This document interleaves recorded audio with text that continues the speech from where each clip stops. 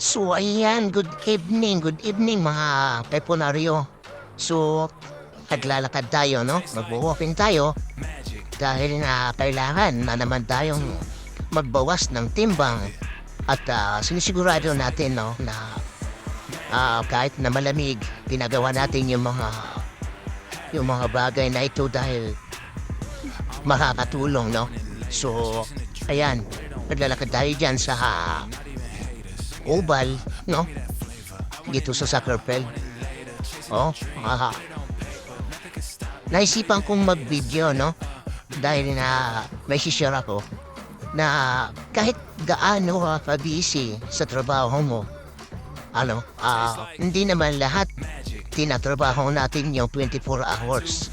So siguro naman 12 hours nagtatrabaho pa. Pero meron ka pang 12 hours na natitira. Yung 8 hours doon, siguro maitutulog mo yung 4 hours doon. Yung magiging spare time mo. So, gamitin mo yung spare time na yun for up.